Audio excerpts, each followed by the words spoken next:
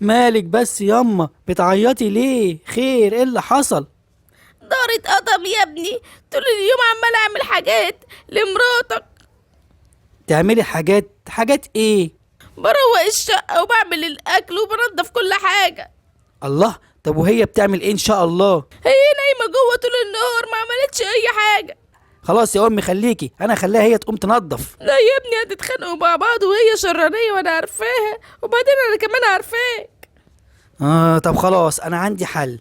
احنا نخش قدامها ونعمل نفسنا بنتخانق على مين اللي هينظف الشقة، وهي اكيد هتتكسف على دمها وتقول انا اللي هنظف.